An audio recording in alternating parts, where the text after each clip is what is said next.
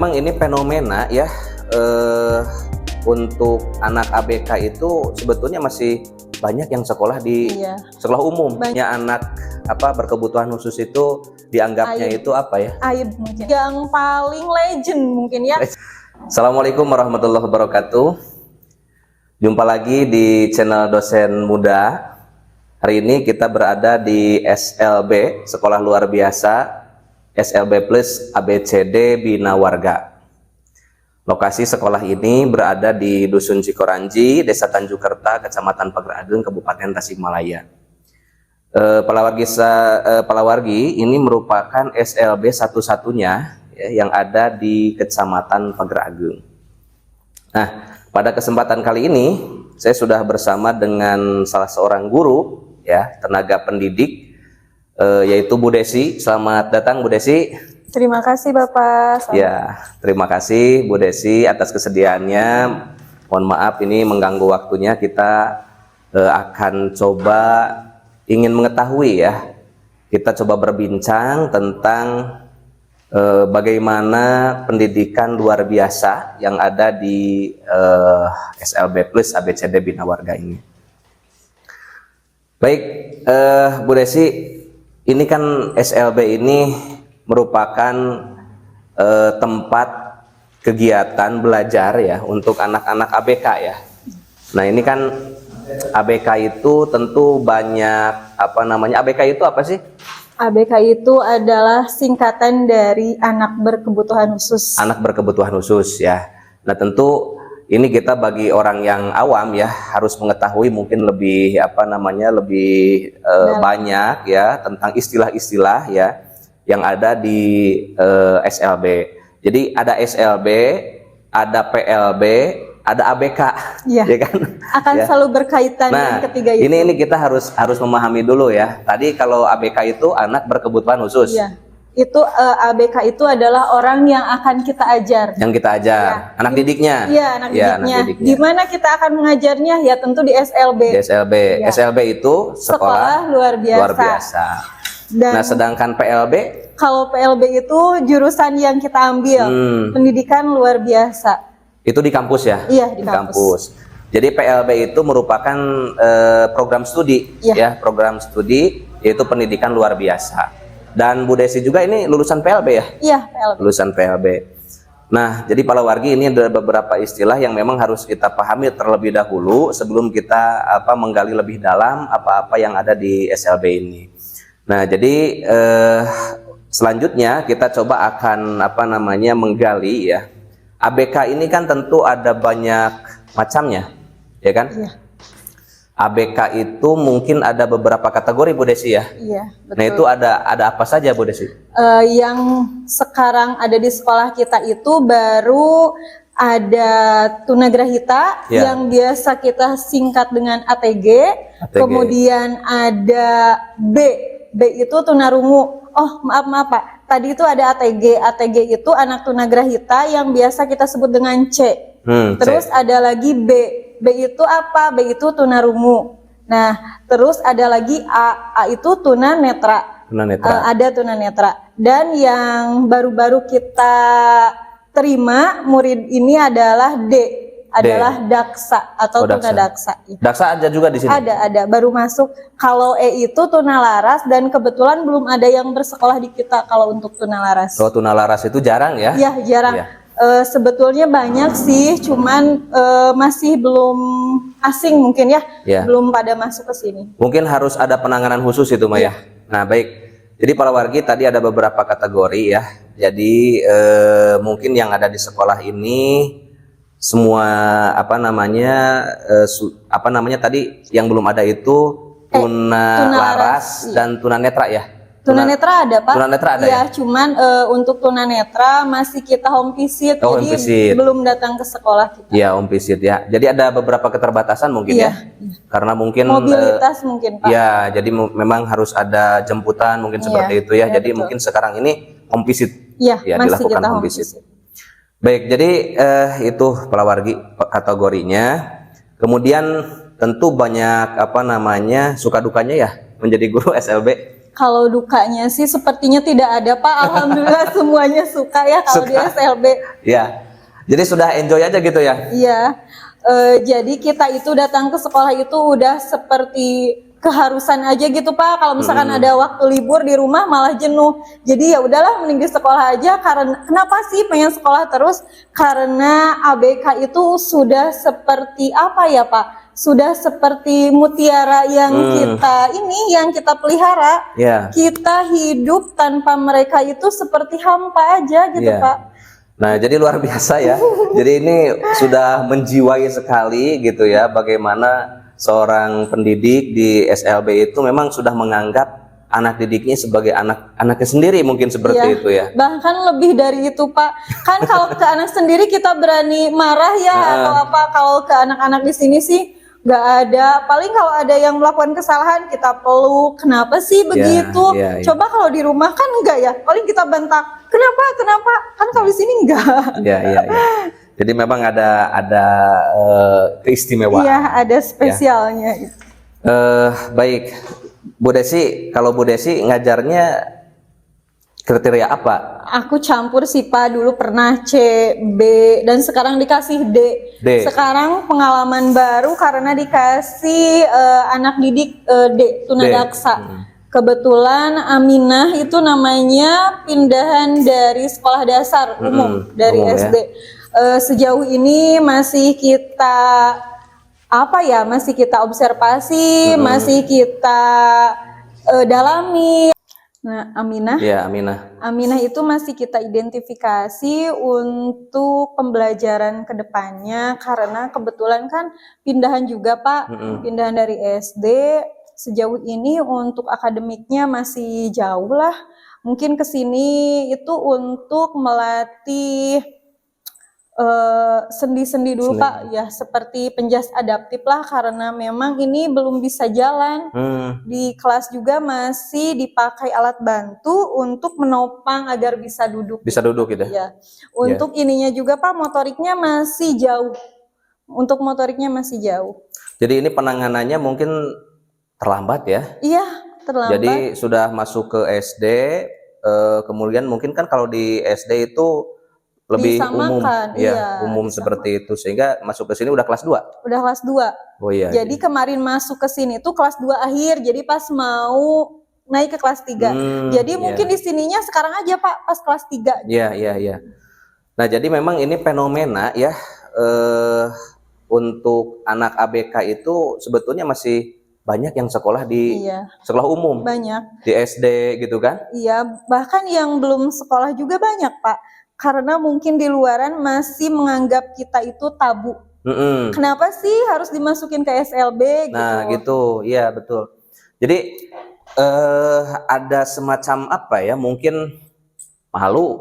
Iya. Atau ego juga orang tua ya. Jadi karena memang punya anak berkebutuhan khusus itu dianggapnya aib. Itu apa ya? Aib mungkin. Aib mungkin ya. Jadi, nah ini mungkin himbauan juga ya kepada orang tua. Memang kita dianugerahi oleh Tuhan Yang Maha Kuasa seorang anak yang memang bermacam-macam ya. Jadi tidak harus kita memaksakan, harus ingin begini ingin begitu, tetapi kalau Allah berkehendak kita diberikan amanat ya, anak yang berkebutuhan khusus, ya jangan malu lah ya untuk menyekolahkan ke SLB gitu. Karena memang ini dampaknya ketika sudah dimasukkan sekolah umum itu ada keterlambatan, perbedaan ya seperti itu. Nah itu kalau tadi kan tunadaksa Bu Desi ya. Betul. Kemudian Bu Desi juga pernah menangani anak yang tunarungu. Tunarungu pernah Pak. Gimana tuh suka dukanya tunarungu tuh gimana? Kebanyakan kalau tunarungu itu Pak kan anaknya itu tidak bisa menahan emosi ya Pak. Karena mungkin keterbatasan komunikasi. Dia tidak mengerti apa yang saya ucapkan. Begitupun saya tidak mengerti apa yang mereka ucapkan. Nah kebanyakan waktu mengajar di tunarungu itu emosi gitu Pak. Emosinya tuh yang anaknya. Anaknya itu labil karena mungkin sedang masa puber. terus kita gali untuk belajar. Mungkin si anaknya bosan gitu Pak, bosan. Ada tekanan jadi, mungkin ya. Ada tekanan sehingga banyak pertikaian kecil mungkin Pak seperti itu. Nopita itu dulu, tapi sekarang lucunya setelah Nopita lulus, anaknya tuh jadi baik gitu Pak, jadi sering kesini. Mungkin kalau bahasa itunya mungkin menebus kesalahan mungkin ya Pak. Iya. Bu Desi, ada saya melihat ada semacam komunitas ya. Iya, yang emang Pak. Tunarungu. Ya. Tunarungu itu. Kalau Tunarungu itu ada komunitasnya itu gitu Pak. Teman tuli ya? Iya, teman tuli. Saya pernah melihat di handphonenya itu ada semacam grup WhatsApp yang dalamnya itu anak-anak Tunarungu semua. Karena mereka suka mengadakan semacam kopdar gitu Pak, anak-anak motor gitu. Iya. Tapi hebat loh Pak, mereka ada 2 minggu ke belakang tuh ada yang kesini. Kebetulan anaknya itu meminta donasi akan mengadakan acara semacam turnamen gitulah. Cuman itu untuk anak-anak Tunarungu. Tunarungu khusus, dan kebetulan yang datang ke sini untuk minta donasinya itu bercerita bahwa dia itu sudah kerjanya itu di Indomart Pak, kalau nggak salah. Hebat kan? Oh, berarti hebat. Berarti ini ada perhatian ya dari perusahaan untuk merekrut. Iya, merekrut. Jadi karena si komunikasinya juga bagus Pak. Kemarin setelah kita semua guru di sini mengajak, istilahnya mewawancari, kok bisa sih bisa sampai kerja di Indomart, gimana ceritanya? Kata dia itu sama Pak seperti yang lain, melalui seleksi, melalui tes gitulah. Karena mungkin komunikasinya bagus, jadi keterima. Jadi para wargi, ini luar biasa ya. Anak berkebutuhan khusus itu memiliki keistimewaan. Dan saat ini perusahaan, instansi pemerintah juga nampaknya sudah memang memperhatikan ya, bagaimana jenjang karir mereka, karena mereka itu berprestasi kan gitu ya, bisa bekerja di tempat-tempat mungkin tempat usaha atau bisnis dan lain sebagainya kan gitu ya, dengan kemampuan mereka tentunya ya, seperti itu. Untuk salary-nya juga Pak sama ya, tidak ada beda ya. Tidak. Iya. Nah ini luar biasa. Kemudian kemarin itu kalau nggak salah ada ini Bu Desi, yang kegiatan olahraga itu apa sih? O2SN. O2SN. Ya, yang diselenggarakan di sini bukan Pak? Ya, O2SN itu kan untuk olahraga ya, tingkat siswa kan. Nah, kemudian kemarin itu ada NPCI. Oh iya. Kalau itu semacam wadah untuk anak-anak Tunarungu kalau nggak salah Pak. Untuk anak-anak Tunarungu, tetapi tidak dibatas usia gitu Pak. Meskipun udah keluar dari sekolah bisa mengikuti. Tunarungu dan Tunadaksa kalau nggak salah ya. Iya, bisa diwadahi di bawah NPCI gitu Pak. Untuk ada lagi Soina itu yang Down syndrome. Nah, yang spesialis Olimpik itu Pak. Olimpik ya.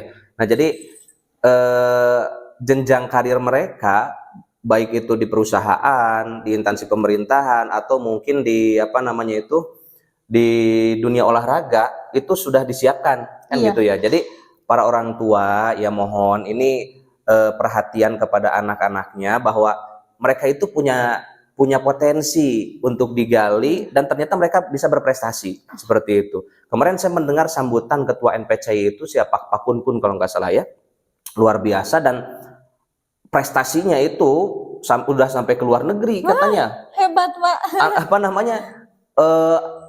Orang-orang difabel itu ya kan menjadi atlet, bisa ke Cina, bisa ke Thailand, bisa kemana-mana, bahkan di Eropa itu mereka sudah mendapatkan penghargaan, mencapai menjadi juara seperti itu, dan salary-nya luar biasa, miliaran itu katanya Bu Desi.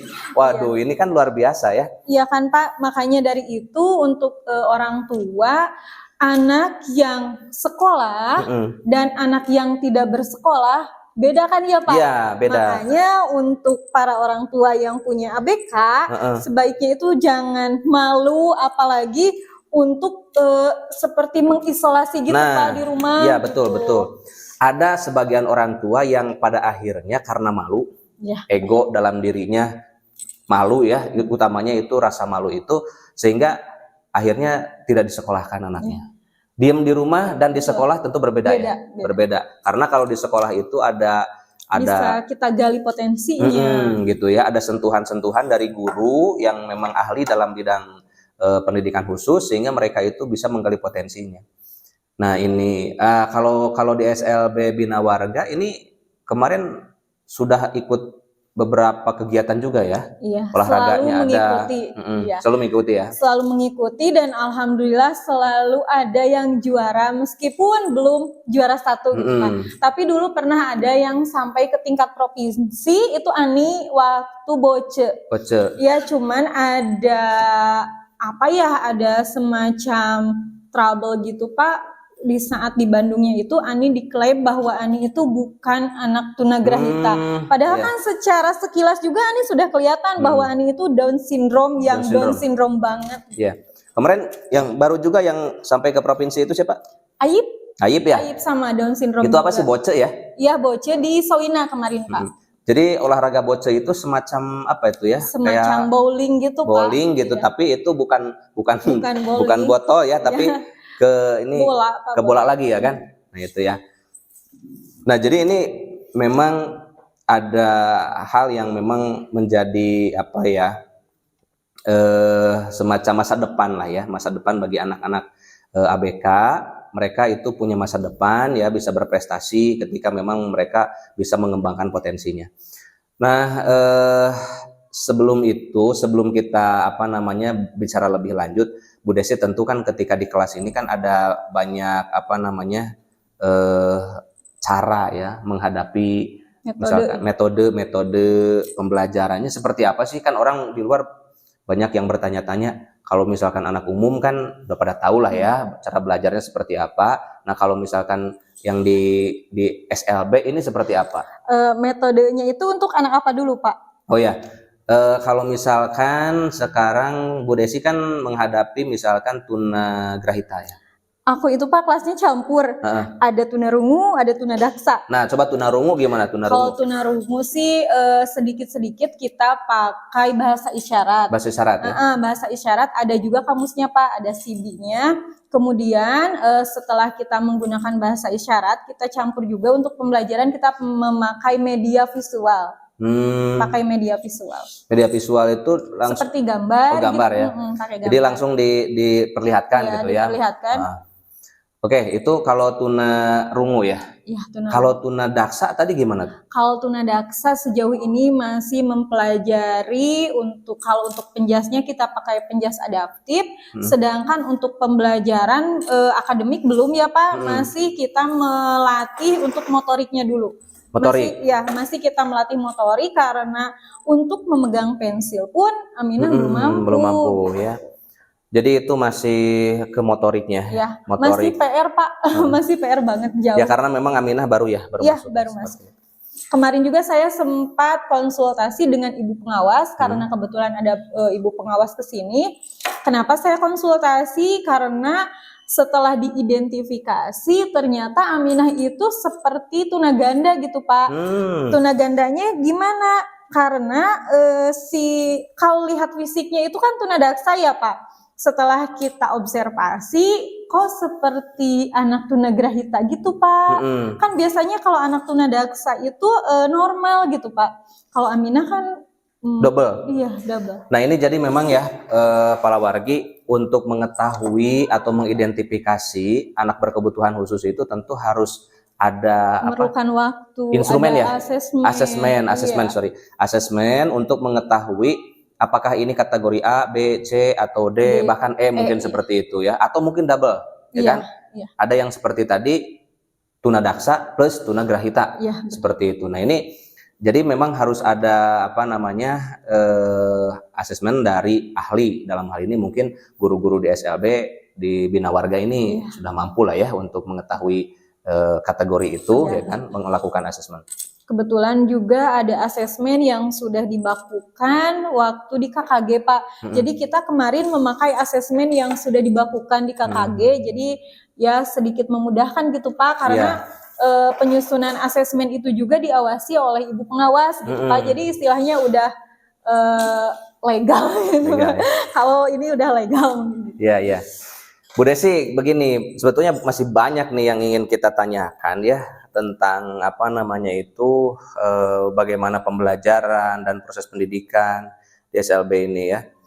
Tapi mungkin kalau dalam hal pendidikannya nampaknya sama ya, ketika misalkan ada pramuka, ada Betul. upacara bendera, Betul. terus kegiatan kemah juga ya, kalau pramuka sama. ada ya? Ada, Bapak. Tiap hari Senin itu upacara? Upacara, Pak, tiap hari Senin. Karena Bisa itu, mereka itu ya? Bisa. Kenapa upacara? Karena salah satu wujud dari P5. Apa sih itu P5, Pak? Nah, itu P5 itu apa?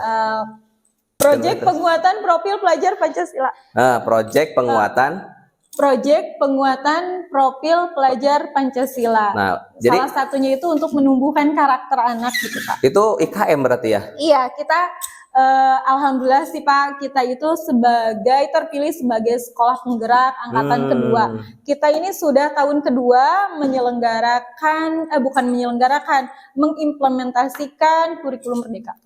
Iya. Jadi ada proyek-proyek yang memang itu menjadi dalam rangka penguatan profil pelajar Pancasila. Ini IKM ya, implementasi kurikulum Merdeka. Baik, ya masih banyak yang ingin kita gali, tetapi tentu Palawargi juga ingin mengetahui bagaimana sih contoh mungkin ya, salah seorang boleh kan? Boleh. Salah seorang peserta didik yang ada di SLB Bina Warga. Ini ada siapa ini?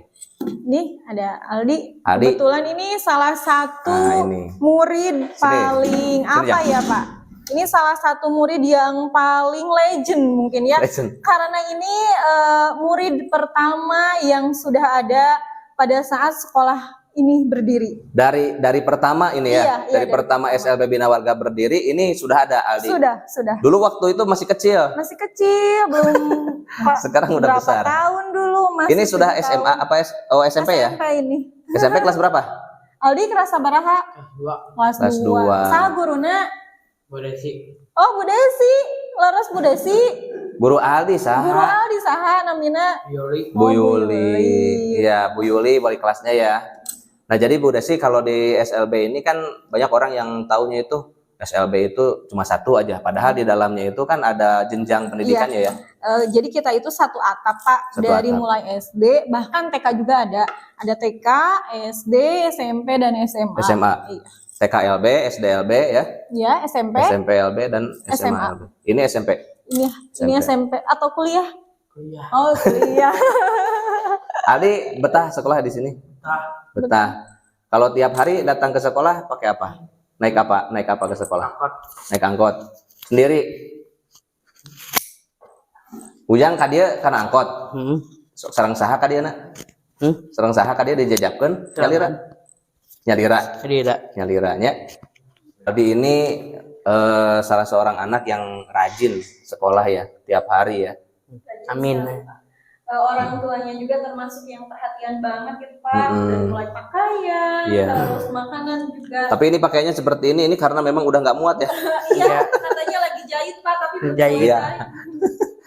Jadi peran orang tua itu sangat mempengaruhi ya terhadap perkembangan psikologis ya dan fisik anak. Ini buktinya nih. Segini. Dulu waktu itu kecil, sekarang udah besar seperti ini. Ya. Baik, ini Palawargi semua ya. Alhamdulillah kita sudah banyak mengetahui dan berbincang tentang ABK, kemudian tadi tentang PLB-nya, kemudian juga tentang SLB ya, sekolah luar biasa dan berbagai hal yang ada di dalamnya. Bu Desi, terima kasih sama-sama atas waktunya ya. Ini informasi yang sangat luar biasa. Mungkin ke depan kita akan coba gali lebih dalam lagi ya. Mungkin kita juga ingin mengetahui bagaimana praktek langsung ya. Misalkan boleh nggak nanti kita supervisi gitu, tiap kelas gitu. Supervisi ataupun kita melihat aja. Kalau supervisi kan itu tugasnya kepala sekolah dan pengawas ya. Kita mau lihat aja sih bagaimana gitu kan ya, bagaimana kegiatan misalkan KBM ya. KBM-nya betul, KBM-nya ya di kelas tunarungu, kemudian tunagrahita dan seterusnya. Nanti kita coba akan mereview itu, dan untuk saat ini mungkin cukup dulu ya kita berbincang dengan Bu Desi, salah seorang tenaga pendidik yang ada di SLB Plus ABCD Bina Marga. Terima kasih sekali lagi Bu Desi ya. Sama-sama Bapak, mohon maaf apabila penjelasannya ada yang kurang-kurang. Sudah cukup saya kira untuk sesi ini, dan terima kasih Palawargi. Atur nuhun. Assalamualaikum warahmatullahi wabarakatuh.